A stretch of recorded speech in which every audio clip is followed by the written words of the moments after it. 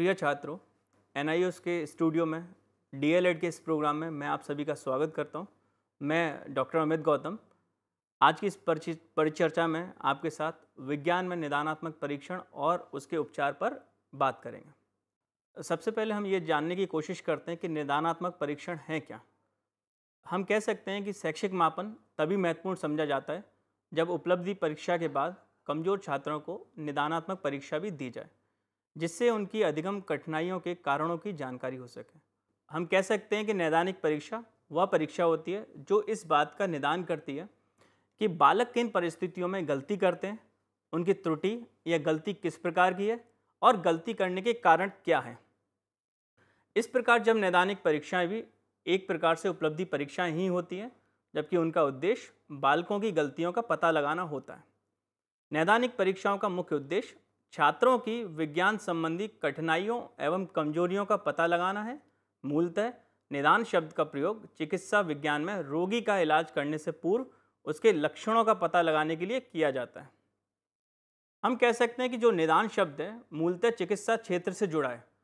हम इसके लिए एक उदाहरण लेने की कोशिश करते हैं कि मान लीजिए जब किसी व्यक्ति को किसी भी प्रकार का शारीरिक दोष या बीमारी होता है तो वो सबसे पहले डॉक्टर के पास जाता है, डॉक्टर के साथ अपनी बीमारी की परिचर्चा करता है और परिचर्चा के ही दौरान डॉक्टर उन लक्षणों के आधार पर अपना उपचार लिखने की कोशिश करता है और उपचार को और पुख्ता बनाने के लिए किसी भी मरीज को डायग्नोस्टिक लैब में भेजता है, जिससे कि जिस उपचार को वो कर रहा है वो उपचार पुख्ता तौर पर पूर्ण हो सके। ठीक उसी प्रकार कक्षा में शिक्षक भी असफल छात्रों की कमजोरियां, त्रुटियों एवं असफलता के कारणों का पता लगाकर उनके पीछे के मुख्य कारणों को खोजने का कार्य करता है, उनका परीक्षण कर उनके समाधान का प्रयास कर समस्या का समाधान करता है। अब यहाँ हम एक उदाहरण लेते हैं। मान लीजिए कि जब कोई छात्र बार बार प्रयत्न के बाद भी असफल होता है तो वह बहुत मायूस हो जाता है और उसका मन पढ़ाई में नहीं लगता। ऐसी स्थिति में वह निरंतर पढ़ाई में पिछड़ जाता है और उसकी असफलता एवं पिछड़ने के कारणों का पता लगाकर उसका निदान करना आवश्यक होता है। शिक्षक निदानात्मक परीक्षण के द्वारा छात्र की अधिगम संबंधी कठिनाइयों का पता लगाता है तथा उसको उचित ढंग से उपचार करता है। इन परीक्षाओं के द्वारा हम ये जानने का प्रयास करते हैं कि विज्ञान के अध्ययन में छात्रों की क्या कठिनाई है, विज्ञान में छात्र कहाँ गलतियाँ करते हैं, विज्ञान में छात्र किस प्रकार की गलतियाँ करते हैं और छात्र गलती क्यों करते हैं। इसी आधार पर इन सभी समस्याओं के निदान हेतु उपचारात्मक उपाय किए जाते हैं। अब हम यहाँ निदानात्मक परीक्षण की कुछ परिभाषाओं के द्वारा निदान शब्द को समझने की कोशिश करते हैं। निदान का अर्थ है कि अधिगम संबंधी कठिनाइयों और कमियों के स्वरूप का निर्धारण करना। निदानात्मक परीक्षाओं का निर्माण विद्यार्थियों की अधिगम संबंधी विशिष्ट कठिनाइयों का ज्ञान प्राप्त करने या निदान करने के लिए किया जाता है। पूर्व सावधानी से निर्मित किए गए निदानात्मक परीक्षण में किसी विशेष विषय के अधिगम के किसी विशेष पक्ष पर बल दिया जाता है ताकि छात्र की योग्यता और कमजोरियों का ज्ञान किया जा सके और उपचारात्मक शिक्षण का प्रयोग किया जा सके। इन सब परिभाषाओं के आधार पर हम ये कह सकते हैं कि निदान का अर्थ है कि शिक्षक के द्वारा विद्यार्थियों की अधिगम संबंधी कमियों और कठिनाइयों की जानकारी प्राप्त कर लेना। अब हम नैदानिक परीक्षण के उद्देश्यों के बारे में जानने का प्रयास करते हैं। विज्ञान विषय की अध्ययन अध्यापन प्रक्रिया में सुधार करना विज्ञान विषय का एक उद्देश्य है कि विज्ञान विषय की जो अधिगम अध्यापक प्रक्रिया है उसमें किस प्रकार से सुधार हो सके। विज्ञान एक विशेष प्रकार का विषय है जहाँ छात्र को पूरे ध्यान के साथ इस प्रक्रिया में अपना प्रतिभाग करना होता है। अगर बालक को कहीं भी किसी स्तर पर किसी भी प्रकार की समस्या आ रही है तो हम ये मान के चलते हैं कि वो विज्ञान विषय को पूर्ण रूप से ठीक ढंग से नहीं पढ़ सकता। अधिगम अनुभव तथा अधिगम प्रक्रिया के अवरोधक तत्वों को ढूंढना एवं उपचारात्मक शिक्षा व्यवस्था करना। निदानात्मक परीक्षण के अंतर्गत हमारे लिए ये भी आवश्यक है कि हम ये जानने की कोशिश करें कि जो बालक के अधिगम अनुभव हैं तथा अधिगम प्रक्रिया है उसके जो अवरोधक तत्व हैं। अवरोधक तत्व वो होते हैं जो बालक को किसी भी क्रिया में प्रतिभाग करने से रोकते हैं। उन तत्वों का पता लगाना। अगर उन तत्वों का हमने समय पर पता नहीं लगाया तो इसके द्वारा बालक पूर्ण रूप से किसी भी प्रकार के शिक्षण में प्रतिभाग नहीं कर पाएगा। हो सकता है वो विज्ञान की क्लास में बैठा रहे, हो सकता है वो विज्ञान की क्लास में शिक्षक के साथ अपनी कोई बात को साझा ना करे, कहीं ना कहीं पर वो बालक को अगली लर्निंग, अगले अधिगम की तरफ जाने से रोकेगा। तो नैदानिक परीक्षण ये करता है कि बालक को सही समय पर अधिगम अनुभव तथा अधिगम प्रक्रिया के जो भी अवरोधक तत्व हैं उनको ढूंढ लेते हैं और समय पर हम उपचारात्मक शिक्षण की व्यवस्था करते हैं। विज्ञान में पिछड़े बालकों की हम पहचान करते हैं और उनको भी निदान करने की कोशिश करते हैं। निदानात्मक परीक्षण के माध्यम से विद्यार्थियों की अधिगम संबंधी कठिनाइयों एवं कमजोरियों के आधार पर शैक्षिक तथा व्यावसायिक निर्देशन प्रदान करते हैं। ये इसलिए और आवश्यक है क्योंकि बालक को भविष्य में किस प्रकार का शैक्षिक तथा व्यावसायिक निर्देशन विज्ञान शिक्षक प्रदान कर सकता है, इस निदानात्मक परीक्षण के द्वारा हम ये कार्य भी करने का प्रयास करते हैं। विद्यार्थियों के उनकी योग्यताओं, कुशलताओं एवं अभिरुचियों आदि का पूर्ण ज्ञान प्राप्त कराने का प्रयास करते हैं। हम विद्यार्थियों को ये बताने की कोशिश करते हैं कि उनकी योग्यताएं क्या हैं, उनकी छुपी योग्यताएं क्या हैं, बालकों की कुशलताएं कैसी हैं और उन कुशलताओं में वो किस प्रकार से सुधार कर सकता है, ताकि इन सभी कमियों और को जानने के पश्चात बालक शैक्षिक तौर पर प्रयास कर सके। अब हम बात करते हैं कि निदानात्मक परीक्षण की आवश्यकता और महत्व क्या है। शैक्षिक निदान की आवश्यकता केवल समस्याग्रस्त बालकों को ही नहीं बल्कि सामान्य बालकों को भी होती है। निदानात्मक परीक्षाओं की आवश्यकता बालकों की विषयगत व विशेष इकाई में कठिनाई स्तर को जानने में होती है। इस परीक्षा के द्वारा हम ये जानने की कोशिश करते हैं कि किसी भी बालक को विज्ञान विषय में क्या परेशानी है, किस प्रकार की दुविधा आ रही है, या विज्ञान विषय की किसी विशेष इकाई में उसे कठिनाई आ रही है। मान लीजिए हम ये कह सकते हैं कि कोई भी बालक विज्ञान के विषय में अच्छा हो सकता है, लेकिन विज्ञान की विशेष इकाई में बालक को कठिनाई स्तर ज़्यादा होता है। तो शिक्षक के नाते या विज्ञान शिक्षक होने के नाते हमारा ये दायित्व बनता है कि उस विशेष इकाई में हो रही कठिनाइयों को दूर करने का प्रयास करें। जो भी कठिनाई उत्पन्न हो रही है, उन कठिनाइयों में प्रश्नों की विषय वस्तु का विश्लेषण करने के लिए भी इसकी आवश्यकता पड़ती है। विषय वस्तु के विश्लेषण के अतिरिक्त मानसिक प्रक्रिया के विश्लेषण में भी शैक्षिक निदान की आवश्यकता होती है। शैक्षिक निदान ये भी पता लगाता है कि छात्र किन किन मानसिक प्रक्रियाओं को सफलतापूर्वक संपादित नहीं कर पा रहे। शैक्षिक निदान की आवश्यकता अध्यापक को पठन पाठन की स्थितियों को प्रभावशाली बनाने के लिए होती है। ये स्थिति जितना ही आवश्यक है कि कोई भी पठन पाठन की स्थिति जितना ही कक्षा में प्रभावशाली होगी, विज्ञान के छात्र कक्षा के अधिगम में उतना ही प्रभावशाली अपना प्रतिभाग दे सकते हैं। उदाहरण के लिए विज्ञान में आंकिक प्रश्नों को हल करते समय एक या अधिक विद्यार्थी दशमलव के भाग को गलत करते हैं, तो विज्ञान अध्यापक के लिए ये जानने का प्रयास करता है कि क्या वे दशमलव रखने में त्रुटि करते हैं। यदि उन्हें दशमलव के ज्ञान का अभाव है तो विज्ञान अध्यापक अपने शिक्षण में इस बात को पूर्ण रूप से स्पष्ट कर सकता है कि दशमलव कहाँ और कब लगाना चाहिए। साथ ही साथ अध्यापक इसे कुछ उदाहरणों को देकर भी स्पष्ट कर सकता है। छात्रों की कमियों को दूर करने के लिए उपचारात्मक शिक्षण की व्यवस्था करने में भी ये सहायक होता है कि मान लीजिए हमने परेशानियां तो देख ली कि बालक को विज्ञान शिक्षण में कहाँ परेशानियां आ रही हैं, किस अधिगम के पहलू पे वो कमज़ोर है, लेकिन साथ ही साथ हमें उसका उपचारात्मक शिक्षण की व्यवस्था भी करनी होगी। इसी के साथ हम शैक्षिक निदान मूल्यांकन की प्रक्रिया को अधिक प्रभावशाली बना सकते हैं। शैक्षिक निदान के साथ ही साथ जो भी हम बालक के साथ मूल्यांकन प्रक्रिया को दे रहे हैं उसको हम कितना प्रभावी बनाएं, कितना प्रभावशाली बनाएं, ये भी हम इसी परीक्षण के अंतर्गत करते हैं। निदानात्मक परीक्षाओं में निश्चित समय नहीं दिया जाता है। आवश्यकता अनुसार ये एक या एक से अधिक बार भी आयोजित की जा सकती है। निदानात्मक परीक्षाओं में बालकों को अंक प्रदान कभी नहीं किए जाते। इसमें यह ज्ञात किया जाता है कि कौन कौन से पक्ष त्रुटिपूर्ण हैं अथवा बालकों ने हल नहीं किए। इसको हम एक उदाहरण के द्वारा समझने का प्रयास करते हैं कि विज्ञान अध्यापक बालकों को बिंदुओं को अंकित करना बता रहा है, परंतु बालक बार बार प्रयास करने पर भी उसे ठीक ढंग से प्रस्तुत नहीं कर पा रहे हैं। यहाँ पर निदानात्मक परीक्षण द्वारा यह बात स्पष्ट हो जाती है कि कोई भी बालक बिंदुओं को ग्राफ पर इसलिए अंकित नहीं कर पा रहा है कि उसे अनुपात के अनुसार ग्राफ पर बिंदुओं का अंकन करना आता ही नहीं है। इसीलिए विज्ञान अध्यापक पहले उसे अनुपात के आधार पर बिंदुओं का अंकन करना बताता है और देखता है कि छात्र अपेक्षित उद्देश्य को कितना शीघ्रता से प्राप्त कर रहा है।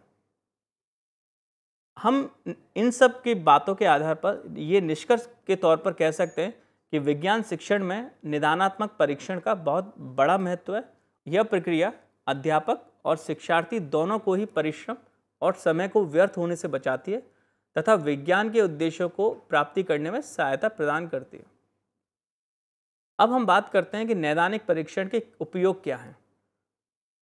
अधिगम की प्रक्रिया के अवरोधक कारणों को ढूंढना ही नैदानिक परीक्षण के उपयोग। अधिगम प्रक्रिया के दौरान बालकों को कहाँ अवरोधक आ रहा है। मान लीजिए विज्ञान जैसे विषय में अगर बालक को कहीं भी किसी प्रकार का अवरोध आ रहा है तो बालक उस प्रक्रिया को वहीं रोक देगा, या कहें उस प्रक्रिया के दौरान अपना संपूर्ण प्रयास नहीं कर पाएगा। तो जो भी अवरोधक आ रहे हैं उन अवरोधक के पीछे छुपे हुए कारणों को ढूंढना भी इस परीक्षण का एक कार्य है। इसके बाद अगर हम बात करें तो विद्यार्थियों एवं अभिभावकों को उचित सुझाव या निर्देशन देना। विज्ञान शिक्षक का ये भी कार्य है कि जो भी विज्ञान का विद्यार्थी है उसके शैक्षिक उपलब्धियों का उसके अभिभावकों को सही समय पर सुझाव देना या निर्देशन देना भी विज्ञान अध्यापक का एक कार्य है। नैदानिक परीक्षण के द्वारा शिक्षक शिक्षण प्रक्रिया में सुधार ला सकता है। कोई भी विज्ञान शिक्षक इस तरह की परीक्षाओं का विज्ञान जैसे विषय में उपयोग करके उस शिक्षण प्रक्रिया को और ज़्यादा प्रभावी बना सकता है। साथ ही साथ विज्ञान विषय में जो भी कमज़ोर विद्यार्थी की साथ ही साथ वो पहचान करता है और पहचान करने के साथ साथ वो उन कमज़ोर विद्यार्थी की उपलब्धि स्तर को बढ़ाने का प्रयास करता है। विद्यार्थियों की विषयगत कठिनाइयों के कारण का पता भी इसी परीक्षण के द्वारा लगाते हैं और हम ये देखते हैं कि विज्ञान शिक्षण प्रक्रिया में सुधार हेतु उपचारात्मक शिक्षण की व्यवस्था करते हैं तथा उनको दिशा निर्देशित करने का प्रयास करते हैं। विद्यार्थियों की कमियों को जानने हेतु उपयुक्त मूल्यांकन पद्धति को भी अपनाते हैं। कभी कभार हमें ये प्रयास करना होता है कि अगर बालक का प्रयास किसी भी स्तर पर कमज़ोर है तो क्या हमारी मूल्यांकन पद्धतियों में कोई दोष है। हम ये जानने की कोशिश करते हैं और उन दोष को दूर करने का प्रयास करते हैं। विज्ञान भाषा के संदर्भ में विद्यार्थियों की न्यूनताओं एवं विशिष्टताओं का मूल्यांकन करते हैं। इसके द्वारा हम ये देखते हैं कि बालक की न्यूनतम उपलब्धि क्या है और विशिष्ट उपलब्धि क्या है और उन दोनों उपलब्धियों का मूल्यांकन करने का प्रयास करते हैं। इन परीक्षण के द्वारा हम विज्ञान अध्ययन में सुधार लाते हैं तथा यह देखते हैं कि छात्र तथा शिक्षक के लिए लाभप्रद क्या है। यदि छात्र विज्ञान के किन्हीं प्रत्ययों को स्पष्ट नहीं समझते तो शिक्षक को अपनी विधि या प्रविधि में परिवर्तन लाना होगा। आखिरकार जो विज्ञान शिक्षक है वो छात्रों के लिए ही वो विधि और प्रविधि का प्रयोग कर रहा है। अगर वो विधि या प्रविधि प्रभावशाली तौर पर कक्षा में उपयोग में नहीं आ पा रही है तो उनका कोई भी फायदा नहीं है। साथ ही साथ हम ये देखते हैं कि विज्ञान के अंतर्गत जो पिछड़े बालक हैं उनको सुधार करें, उनमें पहचान करें, उनके सुधार हेतु निदान संभव कर सकें। विद्यार्थियों के विषय में संबंधित विकास में रुकावट आने वाले तत्वों को भी हम जानने का कोशिश करते हैं और उपचारात्मक सुझाव भी देते हैं। अब हम शैक्षिक निदान के स्तर की बात करेंगे। सर्वप्रथम हम ये जानने का प्रयास करते हैं कि वो कौन कौन से छात्र हैं जो कठिनाइयों का सामना कर रहे हैं, यानी समस्याग्रस्त बालकों की पहचान करते हैं और इसके लिए हम विभिन्न प्रकार के परीक्षणों का उपयोग करते हैं। विज्ञान कक्षा में प्रत्येक छात्र समस्याग्रस्त नहीं हो सकता, तो जो भी छात्र समस्याग्रस्त हैं उनकी पहचान करना प्रथम स्तर के अंतर्गत आता है। इसके उपरांत हम ये जानने का प्रयास करते हैं कि त्रुटियां कहाँ हैं, अर्थात बालक जहाँ भी गलतियां कर रहा है वो क्षेत्र कौन कौन से हैं। उन क्षेत्र को पहचानने का हम पूर्ण रूप से प्रयास करते हैं। कठिनाइयों की प्रकृति जानने के बाद यह भी जाना जाता है कि त्रुटियों के कारण क्या है, यह प्रक्रिया जटिल है। ज़्यादातर इसमें शिक्षक का तर्क कार्य ही काम करता है। कारण पता हो जाने के बाद इस विषय पर भी विचार किया जाता है कि उपचार क्या किया जाए। इसका कोई विशेष नियम नहीं है, यह समस्या की प्रकृति पर निर्भर करता है। इस स्तर में किसी भी शिक्षक का पूर्ण रूप से जुड़ा होना आवश्यक इसलिए है कि छात्र किसी भी बालक की परिस्थितियों को भली भांति जानता है। वो जानता है कि बालक किस किस पहलुओं पर कमज़ोर हो सकता है। इसीलिए उपचार क्या किया जाए वो शिक्षक देखने का प्रयास करता है और उस परिस्थिति के हिसाब से नियमों को बनाने का प्रयास करता है।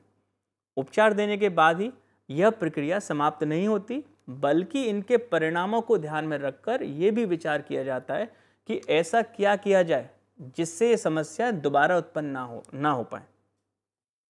अब हम बात करते हैं कि जब विज्ञान में हमें कोई भी निदानात्मक परीक्षण का निर्माण करना होता है तो हमें किन बिंदुओं का विशेष ध्यान रखना पड़ता है। अब इसके बाद हम शैक्षिक निदान के स्तर की बात करते हैं और उन स्तर के द्वारा हम ये देखते हैं कि नैदानिक परीक्षणों को किस प्रकार से किया जाए।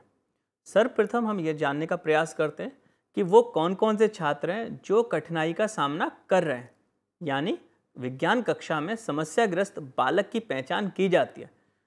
इसके बाद ही हम विभिन्न परीक्षणों का उपयोग करते हैं। इसके उपरांत हम ये जानने का प्रयास करते हैं कि त्रुटियां कहाँ हैं, अर्थात बालक कहाँ गलती कर रहा है और वो क्षेत्र कौन कौन से हैं। कठिनाई की प्रकृति जानने के बाद ये भी जाना जाता है कि त्रुटियों के कारण क्या हैं। यह प्रक्रिया बहुत जटिल है और ज़्यादातर इसमें विज्ञान शिक्षक का तर्क कार्य करता है। कारण पता हो जाने के बाद इस पहलू पर भी विचार किया जाता है कि उपचार क्या किया जाए। इसका कोई विशेष नियम नहीं है, यह समस्या की प्रकृति पर निर्भर करता है। इस पहलू को या इस स्तर को लागू करने के लिए विज्ञान शिक्षक का पूर्ण रूप से उसमें जुड़ाव होना आवश्यक है, क्योंकि कोई भी विज्ञान शिक्षक ये जानता है कि विज्ञान कक्षाओं में छात्रों को क्या परेशानी आ रही है और इन परेशानियों में को वो दूर किस प्रकार कर सके। तो इसीलिए शिक्षक जो है विशेष परिस्थिति में विशेष समस्या के साथ ही अपने नियम बनाने की कोशिश करता है। उपचार देने के बाद यह प्रक्रिया समाप्त नहीं होती, बल्कि इन परिणामों को ध्यान में रखकर ये विचार भी किया जाता है कि ऐसा क्या किया जाए जिससे कि समस्याएं भविष्य में दोबारा उत्पन्न ना हो। अब हम निदानात्मक परीक्षण का निर्माण की बात करते हैं कि ऐसे कौन कौन से पहलू हैं, कौन कौन से पद हैं जिसके द्वारा हम निदानात्मक परीक्षण का निर्माण कर सकें। सबसे पहले हम उद्देश्यों का निर्माण करते हैं। इसमें हम ये देखने का प्रयास करते हैं कि ऐसे कौन कौन से उद्देश्य हैं जिसके कारण हम निदानात्मक परीक्षण को बना रहे हैं। उन परेशानियों को, उन उद्देश्यों को ध्यान में रखते हुए हमें इन परीक्षणों के उद्देश्य बनाने पड़ते हैं, उनका निर्धारण करना पड़ता है। उसके बाद हम ये देखने का प्रयास करते हैं कि जो विषय वस्तु है उसको उप इकाइयों में विश्लेषण किस प्रकार करते हैं। यहाँ पर ये पद भी महत्वपूर्ण है, क्योंकि कोई भी विषय वस्तु विज्ञान की है उसको उप इकाइयों में विश्लेषण करना अति आवश्यक है। साथ ही साथ उप इकाइयों के संदर्भ में जो भी कठिनाई बालक को आ रही है उनको पता लगाते हैं और उन कठिनाइयों के हिसाब से, उन कठिनाइयों के अनुसार जो भी प्रश्न हैं हमारे, उनका विश्लेषण एवं परिमार्जन करते हैं और परिमार्जन करने के पश्चात किसी भी नैदानिक परीक्षण को अंतिम रूप हम देते हैं और अंतिम रूप में वो नैदानिक परीक्षण को तैयार करते हैं। अब हम बात करते हैं किसी भी अच्छे नैदानिक परीक्षण की विशेषताएं क्या होती हैं। नैदानिक परीक्षण किसी पाठ्यक्रम विशेष तक ही सीमित होते हैं तथा सबसे संबंधित होते हैं। विद्यार्थी की विषय संबंधी तथा योग्यताओं का माप नहीं करता, वरन किसी विशेष विषय में उस विषय के किसी भी छात्र की क्या कमजोरियां हैं वो इसका पता लगाने का प्रयास करता है। नैदानिक परीक्षण इस बात को महत्व कभी नहीं देता है कि विद्यार्थी के परीक्षा में कितने प्राप्तांक आए। यहाँ तो बस इस बात पर महत्व दिया जाता है कि विद्यार्थी किस क्षेत्र में या किस प्रकार की विषय वस्तु से संबंधित प्रश्नों को हल कर लेता है या हल नहीं कर पाता है। नैदानिक परीक्षण स्वभाव में विश्लेषणात्मक होते हैं। परिणाम स्वरूप विद्यार्थी की उपलब्धियों तथा कमजोरियों का विस्तृत तथा स्पष्ट विश्लेषण कर देता है। इन परीक्षणों की व्याख्या किसी सुस्थापित मानकों के आधार पर की जाती है। ये परीक्षण पूर्ण रूपेण उद्देश्य आधारित होते हैं। स्वभाव में ये शक्ति परीक्षण वर्ग में आते हैं, जिनमें प्रश्नों का कठिनाई स्तर क्रमशः बढ़ता चला जाता है और इनमें समय सीमा भी लगभग अनिश्चित होती है। अब हम निदान की विधियों के बारे में जानने का प्रयास करते हैं। मुख्य तौर से किसी भी निदानात्मक परीक्षा में 3 तरह की विधियां प्रयोग में ली जाती हैं: शैक्षिक परीक्षण विधि, मनोवैज्ञानिक परीक्षण विधि और उपचारात्मक परीक्षण विधि। शैक्षिक परीक्षण विधि के अंतर्गत कोई भी शिक्षक शैक्षिक कार्य के दौरान बालक का समय समय पर शैक्षिक परीक्षण करने की कोशिश करता है। इसके बाद हम ये देखने का प्रयास करते हैं कि कौन कौन से मनोवैज्ञानिक परीक्षणों के द्वारा बालकों का निदान किया जा सकता है। इसके अंतर्गत व्यक्ति की मानसिक विशेषताओं का वस्तुनिष्ठ तथा मानकीकृत मापक होता है। यह बताता है कि किस तरह से व्यक्ति के अधिगम्य अंतराल रह गया जिसको पूरा करना आवश्यक है। इसके पश्चात हम निदान की विधियों के बारे में जानने का प्रयास करते हैं। हम मुख्य रूप से 3 विधियों का प्रयोग करते हैं: शैक्षिक परीक्षण विधि, मनोवैज्ञानिक परीक्षण विधि और उपचारात्मक परीक्षण विधि। शैक्षिक परीक्षण विधि के द्वारा कक्षागत मूल्यांकन ही शैक्षिक परीक्षण विधि के द्वारा कोई भी शिक्षक कक्षागत मूल्यांकन के साथ ही बालक का निदान करने का प्रयास करते हैं। तत्पश्चात हम मनोवैज्ञानिक परीक्षण विधि के बारे में जानने का प्रयास करते हैं। निदानात्मक परीक्षण में मनोवैज्ञानिक परीक्षण भी दूसरा पहलू है और मनोवैज्ञानिक परीक्षणों में हम किसी भी व्यक्ति की मानसिक तथा व्यवहारगत विशेषताओं का वस्तुनिष्ठ तथा मानवीकृत मापक होता है। ये बताता है कि किस तरह व्यक्ति के अधिगम में अंतराल लगे जिसको पूरा किया जाना चाहिए। यहाँ पर सबसे पहले विधि साक्षात्कार विधि को हम अपनाते हैं, जिसमें छात्रों से बातचीत करके सूचनाएं एकत्रित करते हैं और यह जानने का प्रयास करते हैं कि अंतराल कहाँ रह गए और उनको दूर कैसे किया जाए। दूसरी विधि है व्यक्तिगत अध्ययन। इस विधि में छात्र के मनोवैज्ञानिक गुण तथा उसके पर्यावरण के संदर्भ में मनोवैज्ञानिक इतिहास आदि के गहनता से अध्ययन करते हैं। तीसरा है, इसके पश्चात हम प्रेक्षण को लेते हैं, जिसमें छात्र की स्वाभाविक दशा में घटित होने वाली घटनाओं को वस्तुनिष्ठ तरीके से अभिलेख तैयार करते हैं। अगली विधि हमारी जो है वह है आत्म प्रतिवेदन, जिसमें छात्र स्वयं अपने बारे में तथ्यात्मक तथ्य प्रस्तुत करता है। उसके पश्चात संचित अभिलेख पत्र है, जिसमें छात्रों के व्यक्तित्व के विभिन्न पक्षों में आए व्यवहारगत परिवर्तनों एवं उपलब्धियों को एक ही प्रपत्र में लिखकर सुरक्षित रखा जाता है।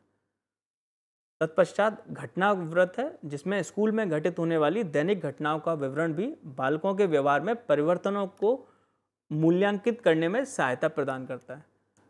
तत्पश्चात निर्धारण मापनी का भी हम प्रयोग करते हैं। यहाँ पर छात्रों की योग्यताओं उपलब्धियों को इस तरह से जांचते हैं कि वह किस प्रकार की है। इसमें ज़्यादातर हम ग्रेड देने का प्रयास करते हैं। अब हम बात करते हैं कि नैदानिक परीक्षण का प्रशासन कैसे किया जाए।